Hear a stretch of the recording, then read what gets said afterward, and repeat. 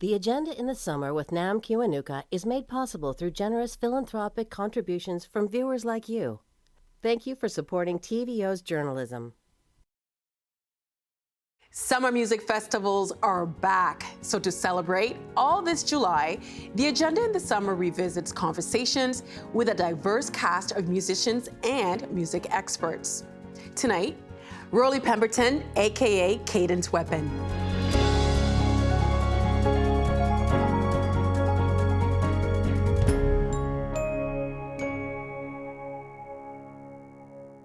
The epicenter of Canada's music scene may not be Edmonton, Alberta, but that didn't stop Rolly Pemberton. In his new book, we find out how he became Cadence Weapon. He won the Polaris Music Prize in 2021, was shortlisted for it in 2006 and 2012, and was Edmonton's Poet Laureate. He was recently named as the inaugural Atkinson Artist. The memoir is called Bedroom Rapper, Cadence Weapon on Hip-Hop, Resistance, and Surviving the Music Industry. And we're pleased to bring some back to TVO's airwaves tonight. Hello, sir. Hey, how's it going? Loved the book. Congratulations. Thank you. So the book is not just a memoir, but it covers like the history of music in Canada and the UK and the US. You also give like a reading list at the end of the book and music recommendations. Why did you approach the book like that? Yeah, so I really wanted the book to be more than just about my career. I didn't want it to be just like, I did this, I did that, I did this. I wanted it to be a resource that people could come back to and use in multiple different ways. That's just kind of the way I am as an artist too. Like I'm always recommending things to people, and I wanted to have that feeling in the book. And did you, because there is a lot of research about the different types of music. You're talking about hip hop, you're talking about house music, you're talking about grimes. Did you want to maybe have a different voice about the music scene from the perspective of a young man from Edmonton, Alberta? Yeah, definitely. I feel like there has never been a book like this before. There's never been books written from this perspective, a young black man from Edmonton who has a dream of being a rapper and it ends up being successful. So that was really important for me to show how that happened and talk about, the history of prairie rap, because there's a lot of it out there. I was very influenced by artists from Saskatoon and Winnipeg, and I just wanted to tell their stories as well. We're going to come back to that in a little bit, but the subtitle of your book is Resistance and Surviving the Music Industry. What were you resisting? Well, I feel like my whole career has been feeling like an outsider. The kind of music I make rap music that's pretty experimental and different. And I always felt like I was coming up against a lot of resistance, especially being a rapper from Edmonton. And then I'd come to Toronto and people would say where are you from? And I say Edmonton, they'd be like, oh, sorry to hear that. They did not. Yeah, they did. Or they'd be like, oh, where's that? In Canada. Within Canada's limits, yes. Yeah. Well, I'm from London. I kind of get that a little bit from London, Ontario.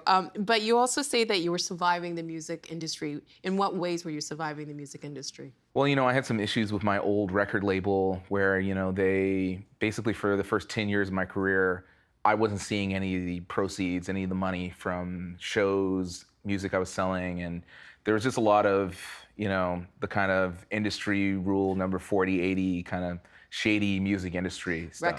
Record company labels are shady? Yeah, exactly. Yeah, but why did you keep going? Why did you keep making the music? Because what you were talking about is referred to the 360 deal, right? Yes, that's right, yeah. So I had signed a 360 deal when I was just a teenager. I had my mom and the lawyer look over it, but at that point in my life, I didn't really have a lot of leverage, and I think this is a situation that a lot of musicians go through when they're first starting out, and they feel like, they can't push back against things, or they'll say no, and that's what happened to me. And the music industry is pretty small in Canada, so it feels as if someone, you have to kind of make right with people, and where would you know how to fight back, right?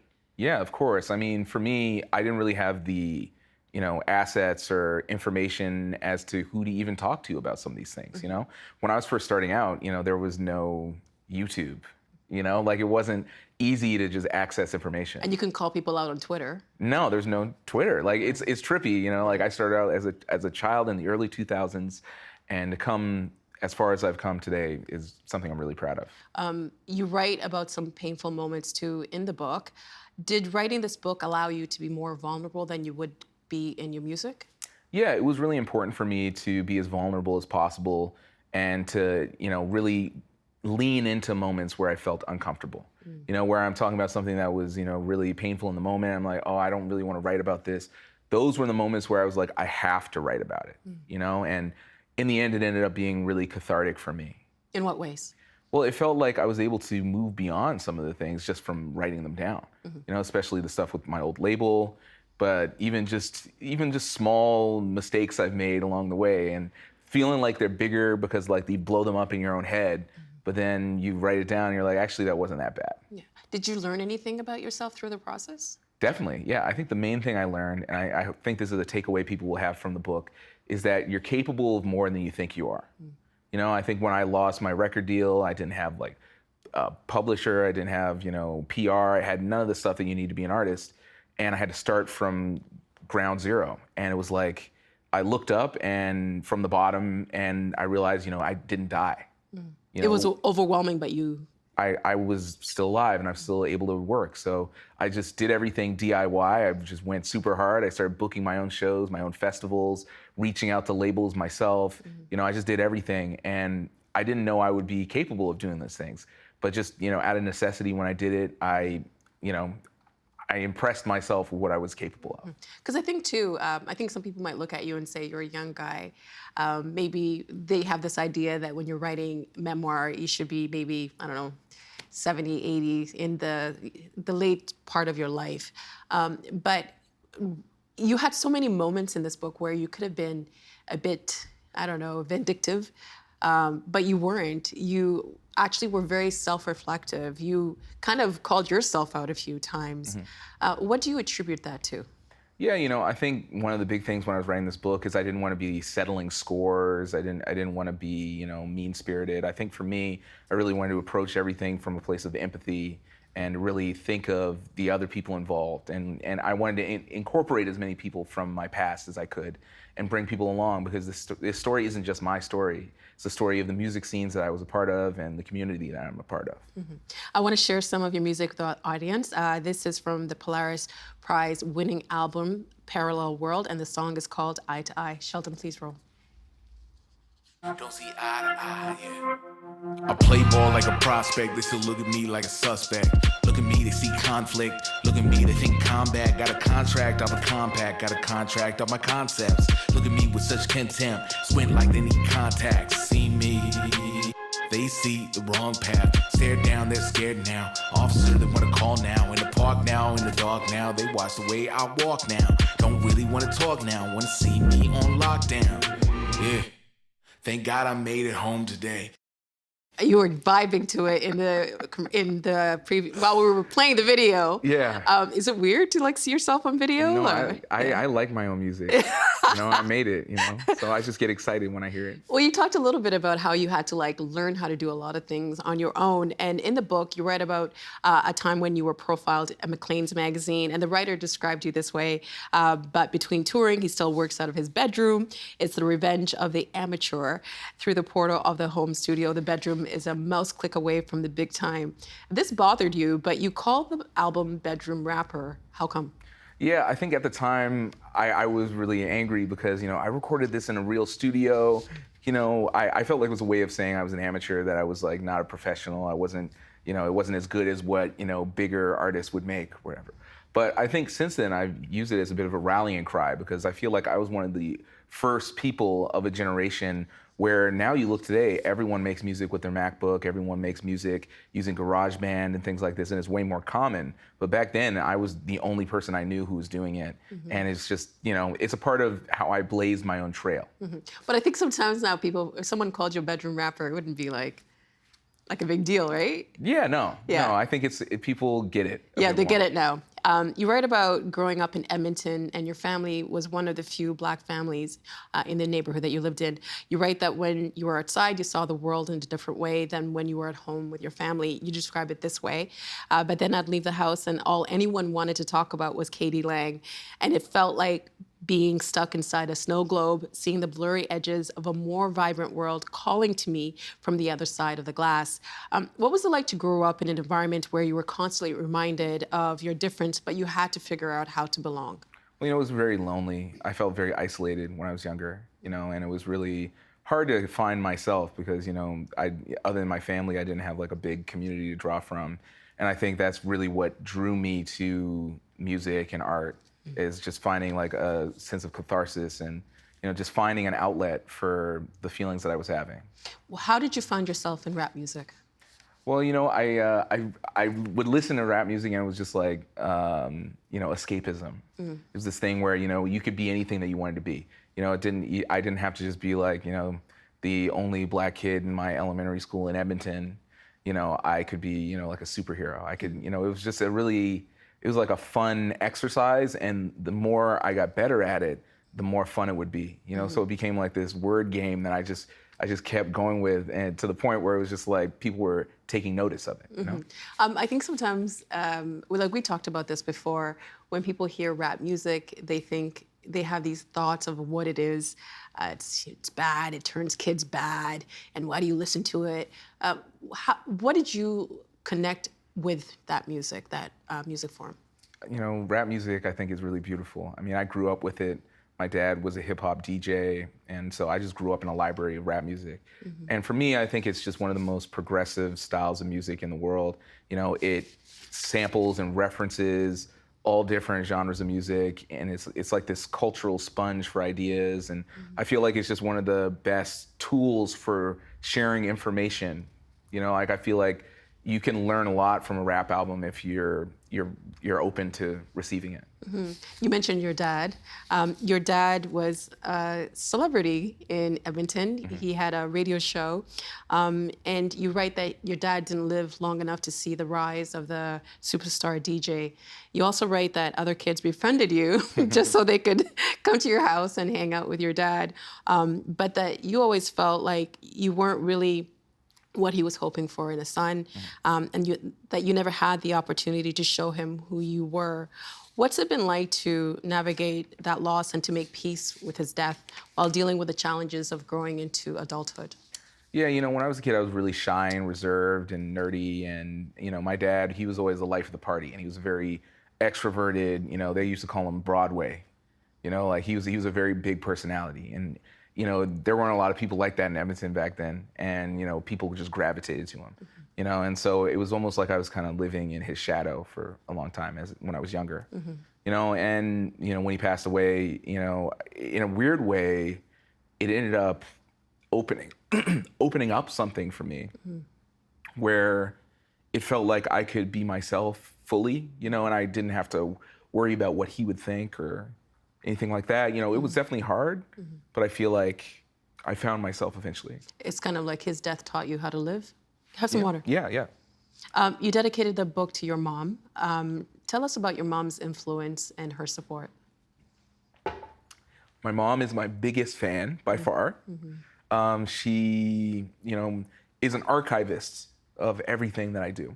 She's got all these, what are they? The newspaper clippings? Yeah, she's got every newspaper, every magazine clipping. Like the microfiche? Yeah, no, seriously, like going to like the reference library of Cadence weapon, What? And just from the beginning, like she saw my talent. And when I actually dropped out of university, I went to Hampton University in the States. And I was like, I want to be a rapper. This is important to me. She was just like, I'll give you a year to make something happen with this. Otherwise, you have to go back to school. And that was all I had to hear. And I made it happen in the end. How did she react to the fact that you dedicated the book to her? Oh my goodness, she called me up. I didn't tell her before. I let her just see it. Yeah. And she was just sounded so proud, and she was kind of teary sounding. And I mean, who else? It's like the person who gave me life, and also the person who really has encouraged me more than anybody in my entire life. It's like this book wouldn't be here without her. Without her. So the book goes into great detail about how you fit into a music scene, like a music scene that was pretty narrow when you were growing up in Edmonton. And I was hoping that you could read this passage for us. Oh, for sure. Yep. Yeah. Thank you. Right on. Years of listening to rap anthems about every corner of New York and Los Angeles left me longing for a similar song about my hometown that my friends could relate to. It was a no-brainer that I should make a song about Edmonton. But what aspects of the city would I rap about? There wasn't much in the way of civic pride when it came to our town. It was a country music outpost on a mainstream level and home to a few decent hardcore bands on the underground side. Certainly nothing in the rap world. Edmonton was most famous for having a really large mall and being home to Wayne Gretzky's Oilers dynasty. In many ways, it's Canada's answer to Denver, a nondescript, frigid capital city in a flyover province. But when you won the Polaris Prize, you said, and I quote, "The prairies have something to say." And in the book, you write that I actually saw and heard myself in the rap I found in the prairies. So what do the prairies have to say? We've got a lot to say. You know, it's like we have our own culture there. You know, I think, you know, there's such a separation in Canada where people don't really know about the other side. You know, it's like I talk to people who are from Toronto and they've never been west of Thunder Bay. You know, and this is a thing that happens to me. People always get me mixed up. It's like, oh, you're from Calgary? Are you from Winnipeg? It's all the same to people. It's not Toronto. No, it's just not Toronto, basically, right? Yeah. And I feel like, you know, there was a lot of rap that was coming from Toronto that inspired me, you know, like, shout out to everybody on Northern Touch, you know, but there was nobody from Edmonton, there was nobody from the prairies. But we notorious, ain't nobody It was a banger. I mean, huge tune. But it was just kind of like the GTA. Yeah, it was like, this is Toronto vibes. Right, you know? right. And then, you know, once I learned about music that was from the prairies, you know, it really blew things up for me. You know, shout out like Pipskid, John Smith, you know, these artists really inspired me to go forth with my own vision of what prairie rap could be. How did you come to see Edmonton in yourself and not just yourself in Edmonton? Yeah, I think I realized that there wasn't a lot of existing, you know, music and culture that was open about being Edmontonian. You know, like I felt like it was the kind of thing where, you know, films will come and pretend to be in New York when they film in Toronto. Well, that's what it felt like for artists coming from Edmonton, is that, you know, they'd be reluctant to be like, I'm actually from Edmonton, you know? And I wanted to, you know, get away from that. I wanted to just be fully, openly from Edmonton. And I wanted to really show our culture, you know, because I felt like it was on par with, you know, New York and LA and all these places that are always in every movie and every TV show. It's like, why not Edmonton? You know? Well, you were a poet laureate of Edmonton. When you were chosen, in the book you explain, it was as much about choosing me as choosing what I represented. It was a bombastic, controversial choice. Why did you phrase it like that? Why was it a bombastic and controversial choice to choose you? Well, at the time, you know, the idea of a rapper being a poet, you know, wasn't as mainstream a notion as it is today. You know, it's way before Kendrick Lamar won the Pulitzer Prize. You know, like back then, it was still people saying rap is crap, you know, and people really didn't get it. You know, I felt like when people started talking about it on the news, it was with a smirk. You know, I'd be on certain news shows in Canada, I'd be in the newspaper, and people would kind of almost make fun of the idea that what I was doing was actually poetry. You know, and that would really push me to, you know, fully embrace my artistry. You know? Really? Because at the time you were the youngest, you were only 23, and you were the youngest poet laureate in the world at the time. And the previous poet laureate of Edmonton kind of shunned you, and you, as you said on the news, you know, people on the national news were kind of making fun of it. How did you navigate that time? Because I'm sure it was like a happy moment for you, but it must have also been very painful. Yeah, there was a lot of scrutiny, a lot of pressure, but it didn't really bother me that much. You know, I ended up just internalizing it and using it as fuel to just go way harder with my music, go way harder with my lyrics and my poetry. And I wanted to make something, you know, that if you were to put it on the page, it'd be unassailable, you know? And that's, you know, I wanted to have lyrics that were good enough to put in a book, and now we have a book. But when you think back, now as you've gotten older, does it still blow your mind that you were poet laureate at 23? No, I mean, that's just my experience. You're just like, yeah, that's just another day in Rolly's life. I mean, you know, when they first asked me, you know, when the person who nominated me, Trevor Anderson, he was like, poet laureate. I'm like, what is that? And when I found out, oh yeah, it's you represent the city, and it's like, well, I'm already doing that with my music, so who better than me, right? So in my mind, it made a lot of sense, but it was everyone else that was kind of confused about it. You've talked in the past about how Joan Didion was an influence on when you were writing the book. In what ways? Yeah, so she is a really amazing writer of essays. She was, and she just passed away. But I was really inspired by the way that she talks about scenes in different cities. Like, she has an amazing piece about Haight Ashbury scene in San Francisco back in the 60s and 70s and stuff. And I really drew from her style, the way she was really analytical about different characters and different personalities and really gave them life with the way she wrote about them. And I really used that a lot when I was writing about Montreal and all my friends and the characters that I've come across. Well, the last time we had you on the program, you talked about civic engagement and wanting to get people in the community out to vote. Here's a clip from you on our program in October 2021. Sheldon, please roll. My idea is let me get people more engaged and more excited about voting who don't really think about it, or the very many people who don't vote and they don't see that this is actually like a something that's just changed so many lives all around the world. The fact that you're able to your voice can be heard, and if you vote, you can complain about the results later.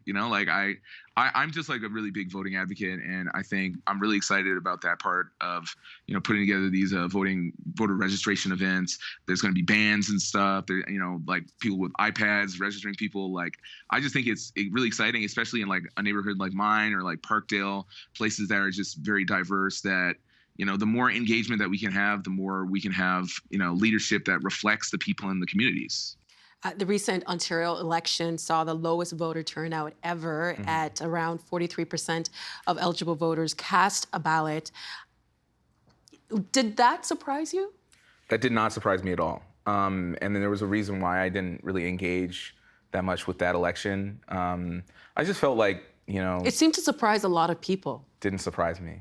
Because, a lot of people, they vote for the leaders, and there wasn't really viable alternatives that were presented. I feel like, the other parties that didn't win, outside of the Green Party, which I think actually really, Mike Schreiner, really brought a lot of energy. But I think the other people who've since stepped down, they failed to energize people, Do you feel that the work that you want to do around registering voters is now more important than ever? Yeah, definitely. I feel like it's not even just about registering people, but it's more about getting people more excited about, seeing their vote actually matter. Because I feel like, the more we have elections like this where it's just people just a few people drag themselves to the polling place, I think it really discourages people. I think, when you see polling actually ahead of the election that's saying, it's already in the bag, you don't even have to go out and vote, it discourages people. I think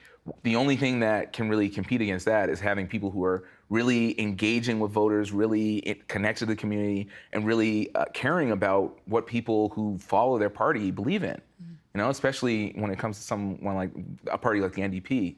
I was just disappointed by, the lack of inclusivity with the party. Are you in plans already to do that for the upcoming municipal election in October? I've got some ideas, yeah. I think, I'd like to have some events going. I mean, it's been obviously crazy with the book and everything, but that is my big passion project, is I want to have some of these events, connecting people with progressive candidates, because I think the only alternative we have now, since the provincial election went the way it did, is to make as much change as we can within the city of Toronto. And to get more voters engaged at the municipal level. Oh, for sure. Yeah. Well, you have been recently named as the inaugural Atkinson Artist by the Atkinson Foundation. What does that entail? Okay, so being the Atkinson Artist, it's a fellowship where the Atkinson Foundation is going to be supporting different initiatives and ideas that I have, whether it's related to politics, but also just any artistic ideas I have, they're going to be supporting going forward. So, it goes with my writing, performing, public speaking, just and collaborations going forward, whether that's with different communities or different, entities or artists, they're going to be in my corner for the next 3 years working on this stuff. And this is also something that, it extends back to when I actually first got connected to them at this conference, that in 2019. And that was the first time I met them, and we've stayed connected ever since then. And I just feel like this is just such a really amazing collaboration that we got. It's a 3-year term, as you mentioned. Yes. What issues do you hope to highlight in that term?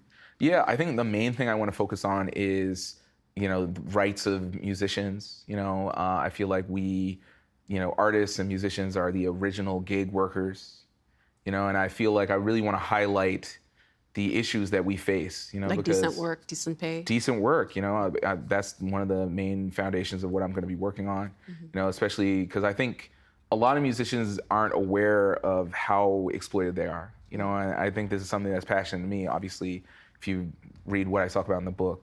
But that's I think one of the main focuses.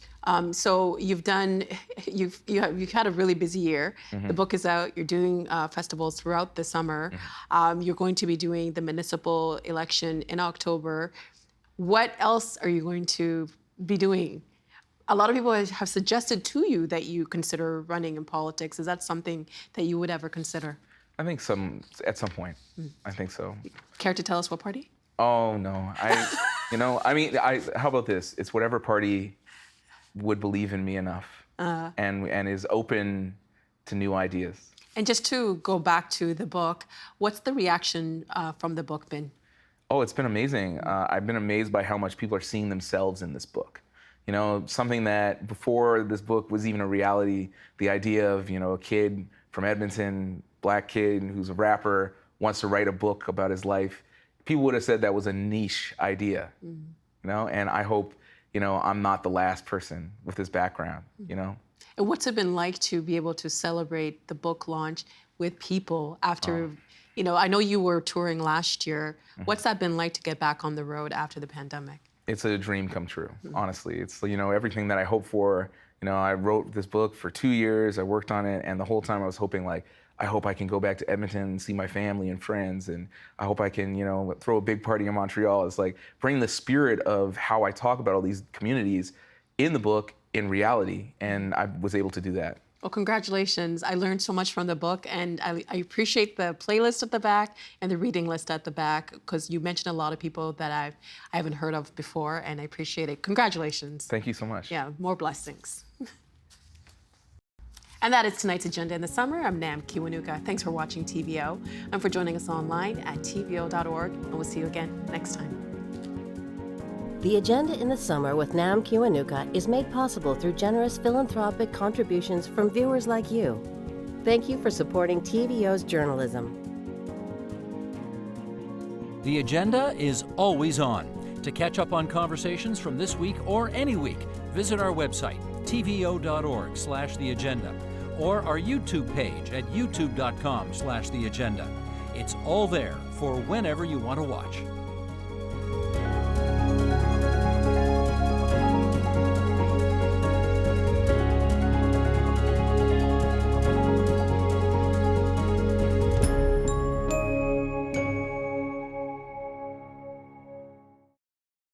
The Agenda in the Summer with Nam Kiwanuka is made possible through generous philanthropic contributions from viewers like you.